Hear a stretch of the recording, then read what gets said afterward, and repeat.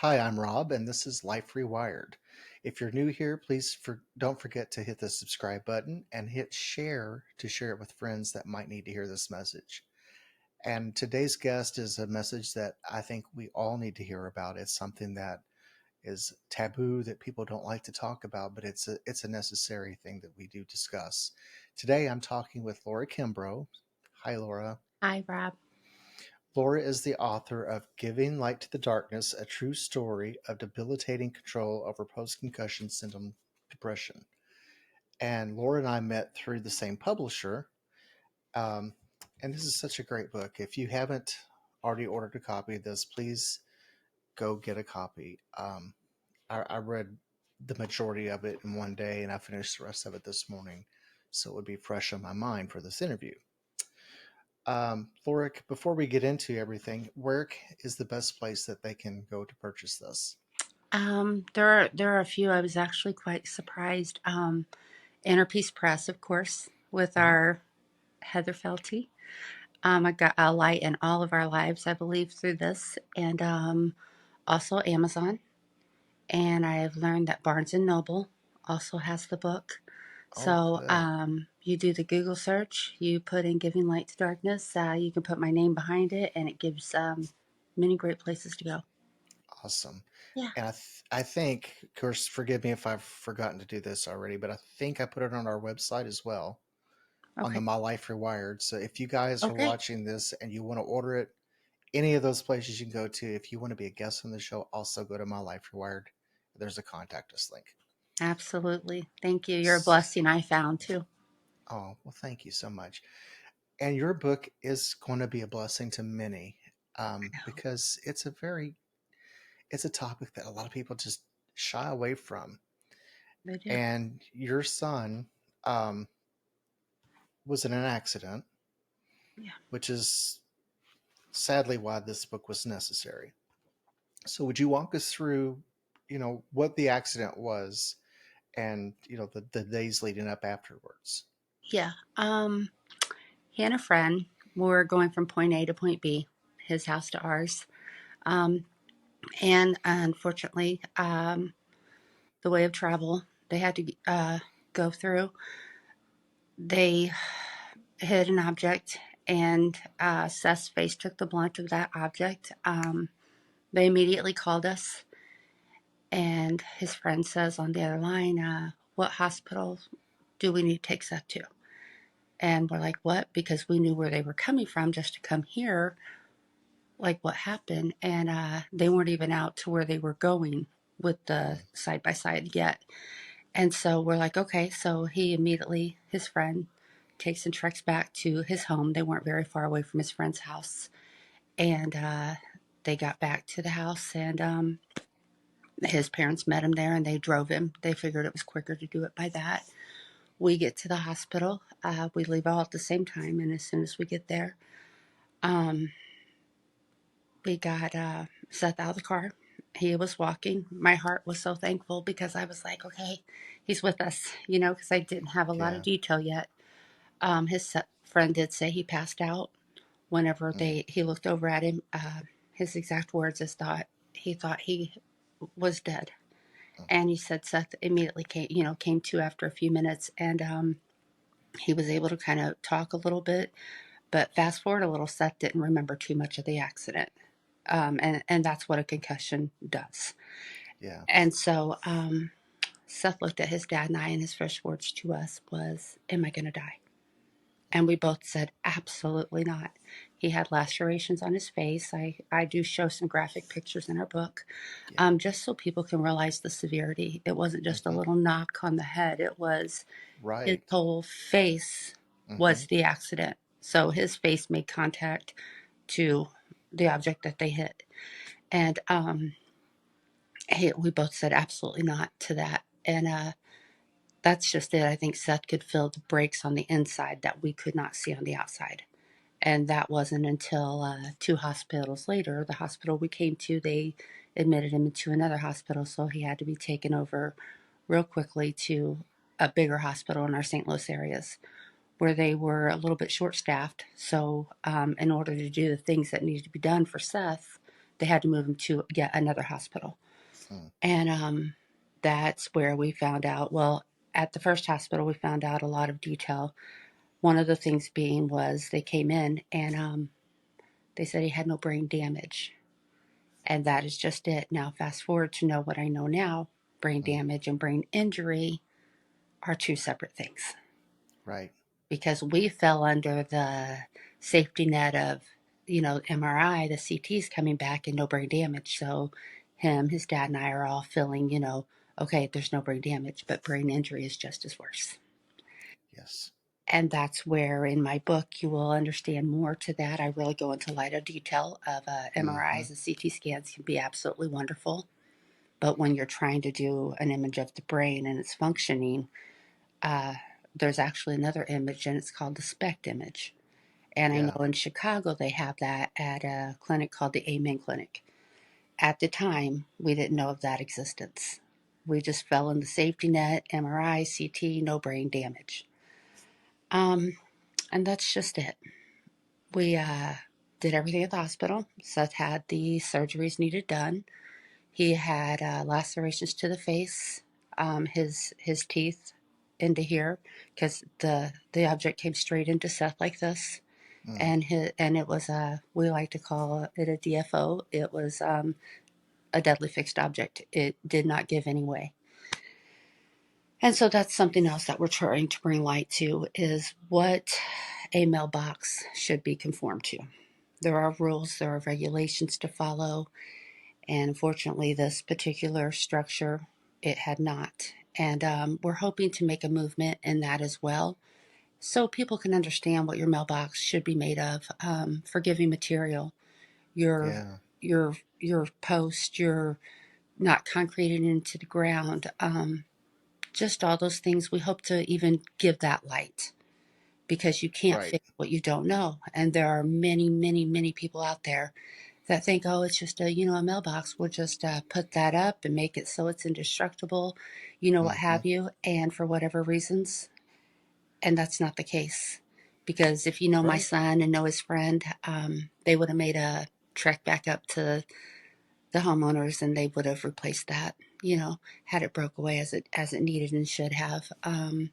But that's what we hope to create in the future a little bit too on that, is, if you will, kind of a sus law, even just to help people understand, what guidelines are and what they're set for. AASHTO, AASHTO, I talk about them in my book as well, because Yeah. that's what I want to do. I want to bring the awareness to all this.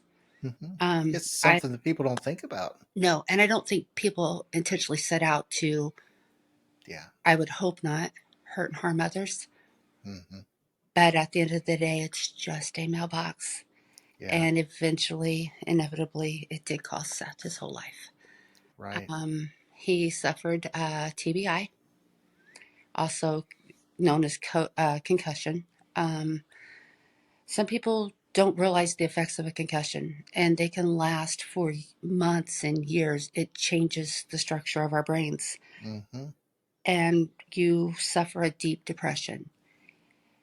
And this is what I tried to portray in Seth's book too. I tried to give images the best I could of before accident, kind of, even to show, life and where he was going with life. And he had dreams, he had plans. He hoped to open a coffee shop of some sort one day, and he talks of including me in that. So that came to a halt. And Yeah. in the beginning of his accident, when he was home, and after, his jaw was broken 3 places, and he was wired shut for a good month. And so Mm. when all that came off of him, that was stressful. So we knew that he had a lot of stressors happening. He had Yeah. just started a job that he was going to make a career out of, that had to be put on hold for a little bit. And that's just it. Seth on the outside was healing beautifully. I mean, there's a picture that his dad had seen, and his dad said, he's got that picture up and he's kind of talking about his accident on it. He said, but he's not really he said, why do you use a picture before? I said, that's not. I said, Charlie, there's the scars right there. He just healed so good on the outside. And I think that is the real kicker. People don't realize your brain Yeah. doesn't get a cast. Right. So people don't understand. And even Seth didn't understand this.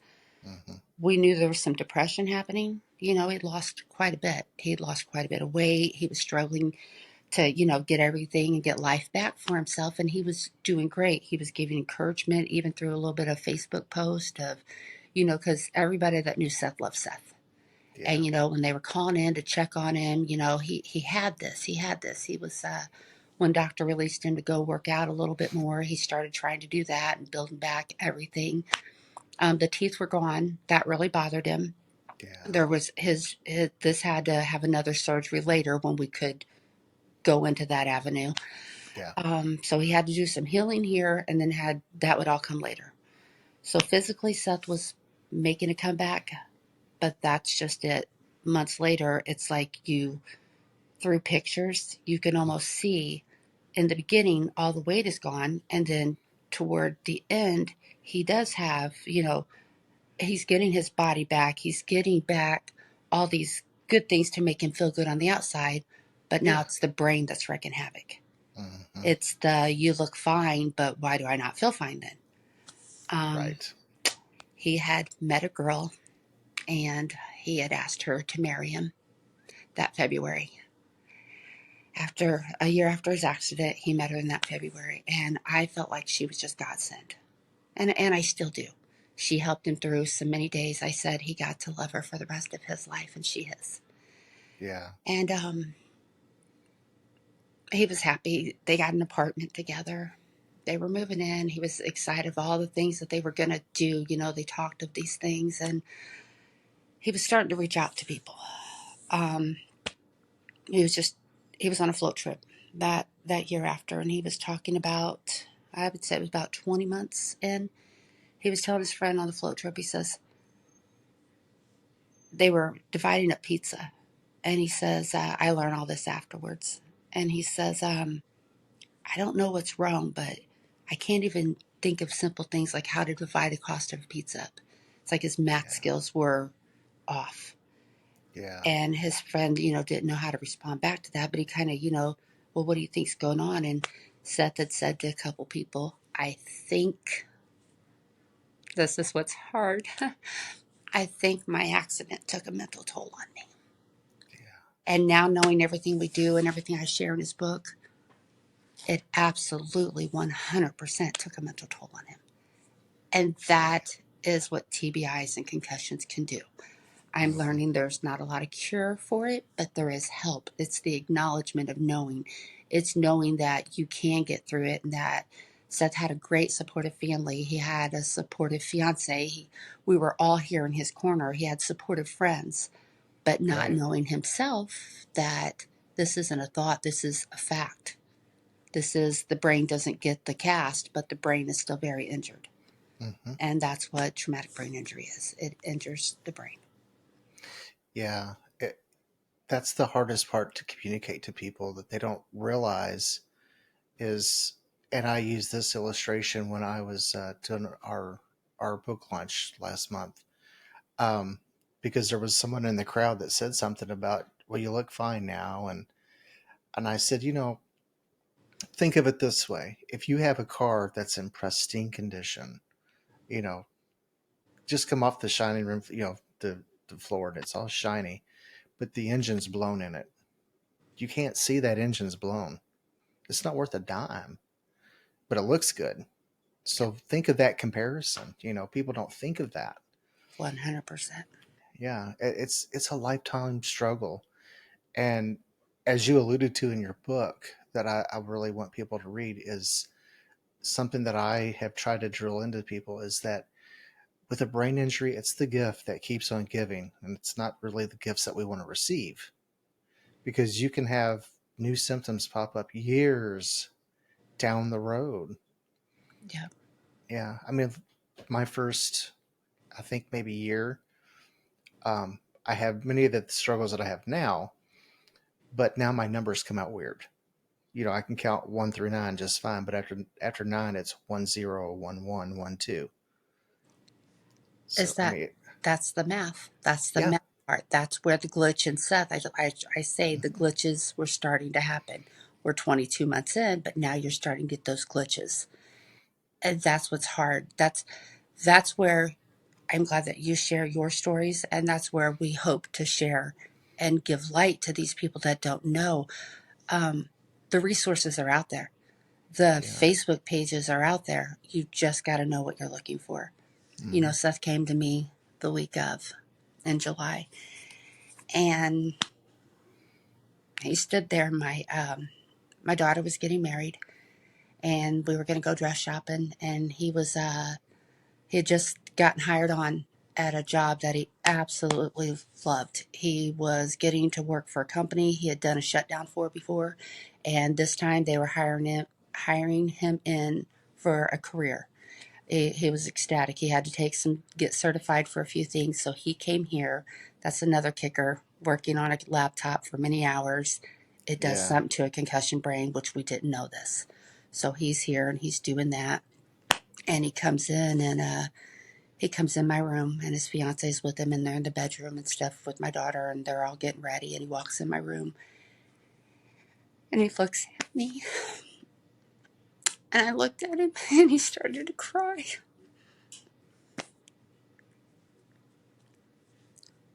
And I said, "What's wrong, Seth?" He said, "Mom, I don't know. I don't know." I said, "Okay." And I just hugged him.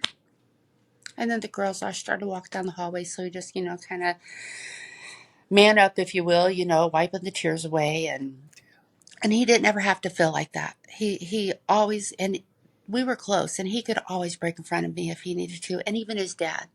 But I think as men, when you suffer concussion and you suffer TBIs, you want to be the strong guy. You want to be the guy that, I got this handled, but you Yeah. don't have to be, because your brain's not going to let you be. Hmm. But that's what society shows the world. Men are tough, men are this, they can handle all these things. You don't Right. have to be. And so that breaks my heart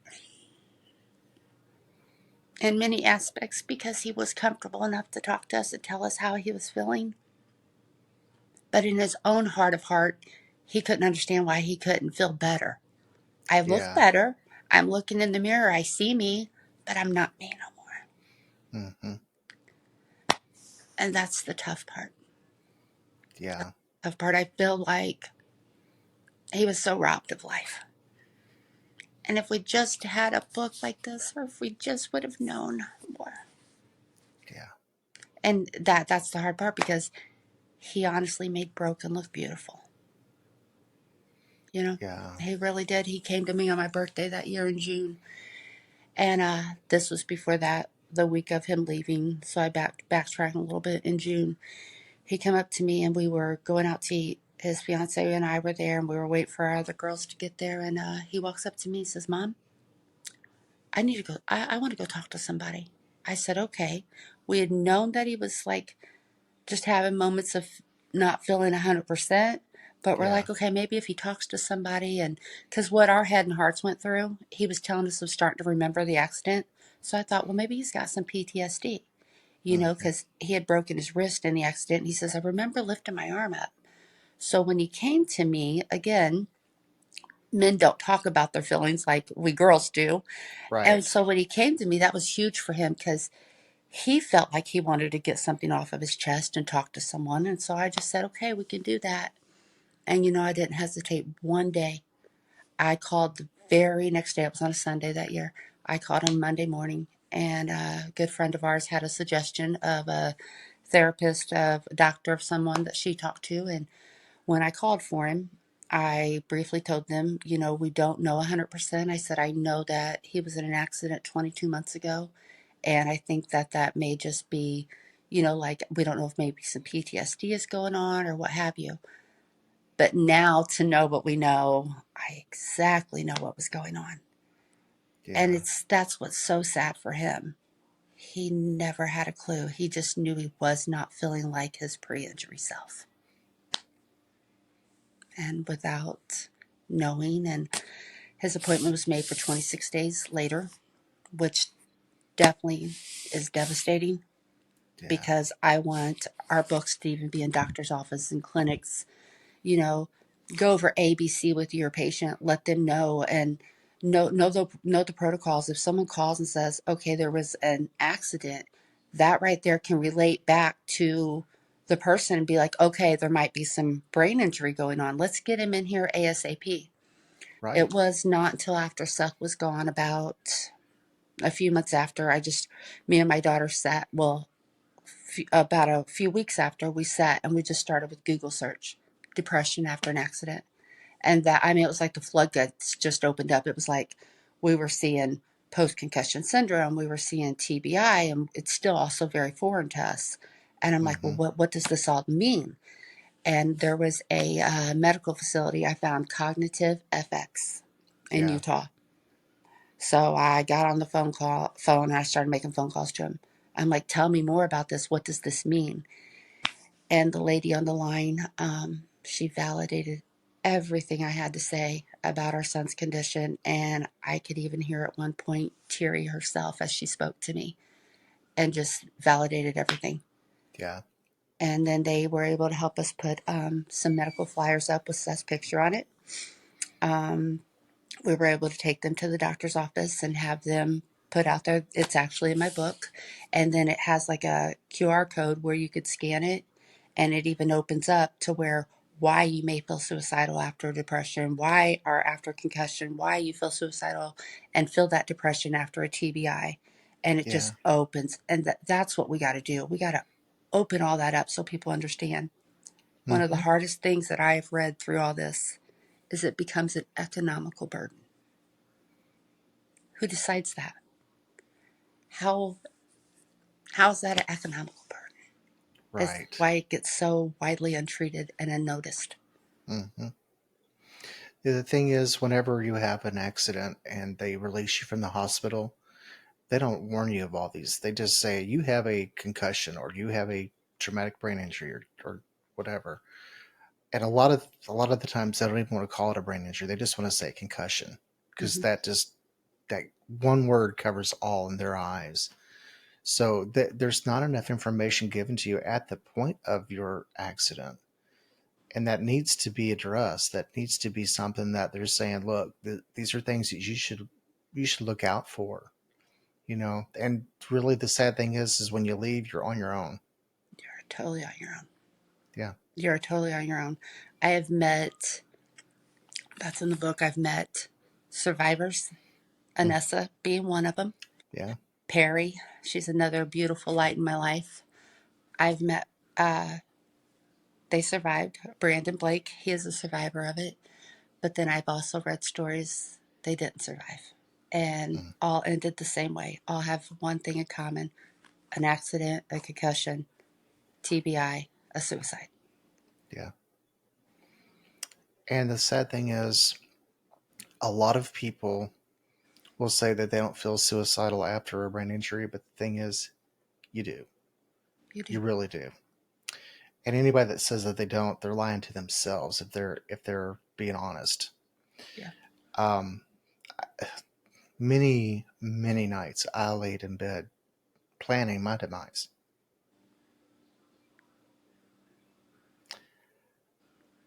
I'm But glad what you're is here because you're given a voice. thank you. It's hard. It's really hard. And the medical field kind of makes it even more difficult because when you go for treatment, they'll say, "Are you suicidal?" Well, everybody with a TBI is suicidal.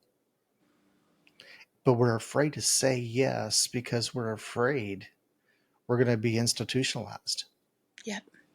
The stigma around it, like, oh, lock them up, there's something wrong with them, Yeah, is not the case. yeah. So we So, have to how do do we something change about that. that? Yeah. Yeah, We both said that same time. Like, how do we change that? yeah. You are my living, and Seth is helping us on the other side. But how do we come together? Our meetings are no accident. Having Heather, having Right. Anessa, we're just this big circle that can make a change because it has to be changed. My brain goes into little kids that fall off their bikes, that hit their heads, that Hmm. are jumping on the beds and fall off. And then you have them at 11, 12, 13 years old. And where's that little kid at again? Like the the emotional change for them, or the anger change that they see. I mean, TBIs are responsible for so much change in emotions for people, men and women. It Oh it yeah. it has no preference. It's men, it's women, it's kids, babies. I Hmm. mean, it has absolutely no preference. Right. There's not enough awareness, and I was just telling someone yesterday. I said, you know, early on in my adventures of doing this, someone said to me, "I don't have a brain injury, so why do I need to even know about this?" And I thought, well, your house is not on fire, but shouldn't you be aware of what to do in case your house is on fire? I love that analogy. 100%. Yeah. So that's why this is so important to me. The things that I'm still learning, and I'm almost 5 years out. You talked about the Amen Clinic. I learned about them last month for the first time from a dentist, Really? Wow. of all people. Dr. Daniel Amen. He was one of Hmm. my persons in my discovery. I reached out to them. I've not personally spoken to him, but I've spoken to the people in the clinic, and I told them that they were going to be part of our book, and they said yes. It just they're a blessing, and they're there, and they've been here, and you feel like, I remember for us, I remember feeling like I almost, if you will, discovered like the light bulb. I'm like, oh my gosh, we got to get this out. Like, there's a TBI awareness in March, and it's like a green ribbon, and we need to let people know. And then I realized, oh, they do know. There are people Hmm. that do know this. Then why isn't it talked of? Why isn't this? I work for a school. Why isn't this something that's shared in the school, to help validate these young kids' feelings, to help validate men, or boys and girls, any kind of feelings they have? Why Yeah. isn't this a topic touched? Yeah. And I feel like if this was something that they talked more about in school, get this information in there early on, people like Seth would know, oh, I'm not crazy. This No. is normal after a Yeah. brain injury. Yes. There are brighter days ahead. Yes. Normalizing the effects of a TBI. Hmm. How do we do that? By Yeah. what we're doing right now. Right. By exactly what you're doing with your podcast, and you're sharing your stories and helping us share ours. I mean, what a blessing you are. Yeah. Thank you. You're a blessing as well. I wanted, if I may, um, when I was reading, I will say that there's a trigger warning in the book, and so I'm going to insert that right here as well. But I wanted to read something that I feel like needs, even if people don't buy this book, this is important to hear. So this is, maybe we think if we don't talk about it or just pretend it's not there, it will go away, rather than it's in us or our loved one. But I've seen and heard so much in this last month and a half, that things I've never wanted to see, feel, or hear. But I want to bring a few things to the surface, because I can only imagine that when someone is in that dark place, they aren't thinking clearly, which is very true.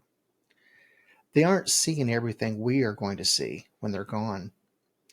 The things I've seen and felt, and maybe if they do, they will reach out and speak about it, rather than just to bury it and hide it until it consumes them and it's too late and it seems like it's their only option. I'm here to tell you that suicide is not your only option.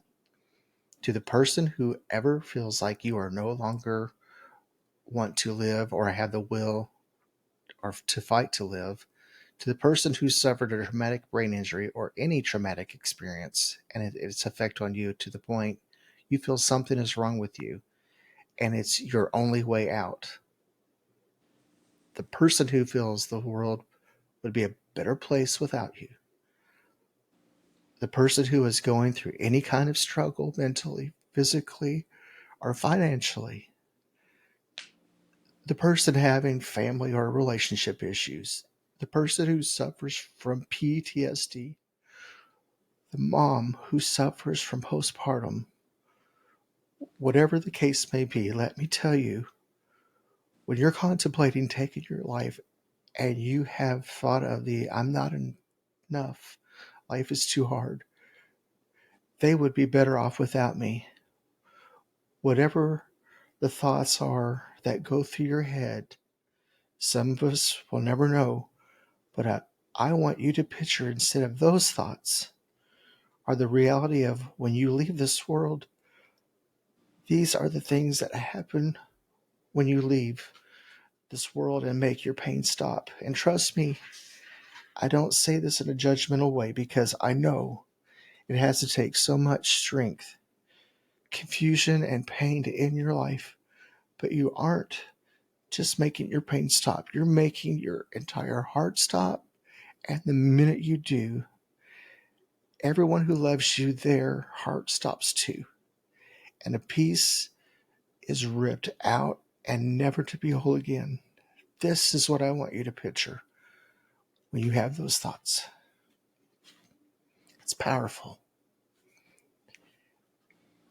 I know that was not easy to write. And I commend you for doing that. That is so wonderful that you poured your heart out. And My daughter wrote that part. She wrote that part yeah, just a few months into it because she wanted, they were very close, and she wanted to be able to speak on his behalf. And she wanted to be able to do as we're doing now, giving light to darkness. And that's why I said the topic of suicide needs to be addressed. I mean, yeah, his sisters are living it. We live it every day. That's part of our life now. yeah. I can't imagine. I know it's hard when you lose someone to an illness or a freak accident, but when someone just decides that they can't live any longer, that that's not easy. And if you know Seth, I think for him it was like he couldn't understand it. So how's he going to help his family to understand what he's feeling? Right. And he didn't want to hurt anybody. Yeah. And the thing is, when you're in that mindset, you feel like you're doing people a favor when it's actually the opposite.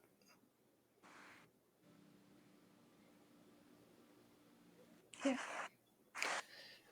I'm so glad you wrote this book. I'm so glad that you are being his voice. And I can tell you that I know that he is smiling, knowing that his mother is fighting the fight that he couldn't. Thank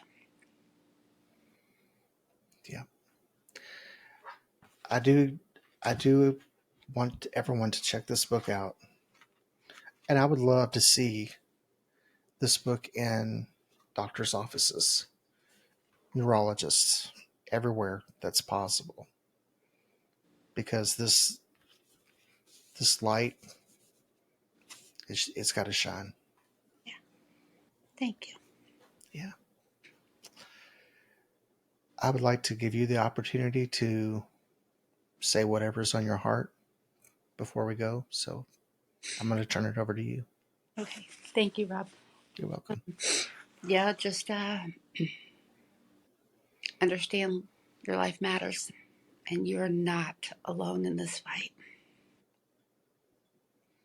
Yeah. You have many, many, many people rooting for you and here to help. And like I said, I hope with the resources with Seth's story, it can be a light for others. I look up to heavens all the time and I tell him, son, this is you moving mountains. This is you moving mountains, heaven's side. So thank you. Yeah. And I believe you are moving mountains. Yeah. Yeah. Seth, we just love you and we thank you for giving your mother a voice for your cause. Thanks.